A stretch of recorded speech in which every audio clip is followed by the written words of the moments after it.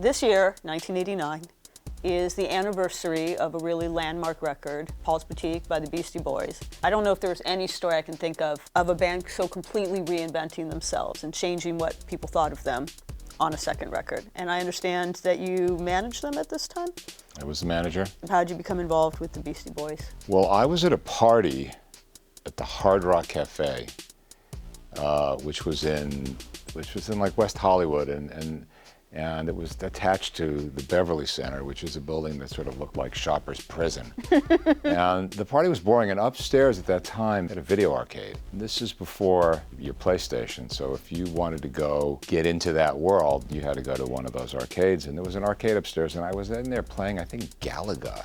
And the guy next to me was playing some game, and it was Mike D. We struck up a conversation, and Mike and I started talking about music and records, and that led to, a partnership in working with them on that record. So give me some insight into the transition they made from, a record that was kind of seen as, at that time at least, kind of novelty-ish or frat boyish, to a record that was with the Dust Brothers and was seriously deep. For me, I was so fascinated by the depth of their knowledge in everything from hip-hop to rock to folk. Each of those guys had a very distinct personality, but also had a vast vocabulary about that music. And one of the things when you listen to Paul's Boutique, you see the humor that the Beastie Boys have, which becomes, I think, more sophisticated on that record than License to Ill, but yet it's still very playful and fun. It's like the mentalist fun ethic on a record. The references, the things they pull from television, from the golden era of the 60s. It's one of the all-time great records. At the time, we were trying to say it was the Sgt. Pepper of hip-hop. It's something that you can go back and listen to 100 times. And on the 90th listen, you'll hear something in there, a sample, a reference, a line that you didn't hear the first 90 times. And that's also the greatness of intricate and layered record making, which they were, clearly pioneers of. I know you said that it was sometimes described as the Sgt. Pepper of hip hop. Right.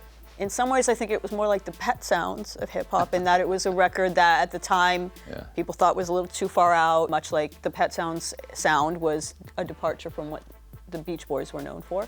But then, years go by, and people realize how important the record was and how influential it was. Was there any resistance from their record label that they didn't want to make a License to Ill 2?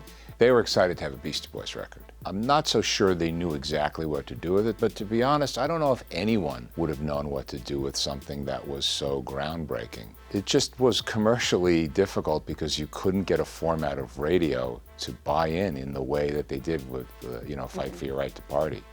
I think everyone was expecting something like that. Right. Including the label. I mean, at that time, you had rock radio, and you had hit radio, and maybe adult contemporary radio, and that was it, and it fit in none of those lanes. Radio can be very narrow in its approach to music just because it's a business like everything else. Their listeners want to hear things that they think sound familiar. When Hey Ladies came out, I think that was the first single of the record, was this incredibly artful synthesis of 70s soul and modern hip-hop scratching and wildly colorful bravado. It was something that was very different than a straight-up rock record that somebody was rapping over, and it had a hard time finding its place on a playlist where something like License to Ill could be played next to a straight-up rock track. What are some fond memories, some vivid memories you have of being a fly on the wall in the studio when they were making this really important record? I had never experienced that kind of record making as a voyeur in the midst of it. I had seen the 70s California guys spend lots of time in the studio honing in on a song and sort of writing in the studio. But when I saw the three of them with their notepads in a vocal booth, working out the rhymes and then the sampling that was going on to create these tracks, it was really revolutionary. Just the incredibly artful synthesis of all of those elements of music coming together in a recording studio. The culture of hip hop and the culture of rock and the craftsmanship of those guys. That was probably the most groundbreaking moment, I think, of 30, 40 years of being in a recording studio. Wow. So you did know in that moment, you had that sense that something important was being done. I mean, I had the sense that something interesting was being done. You're never sure when you're making anything what its impact is going to be, but it was moving me.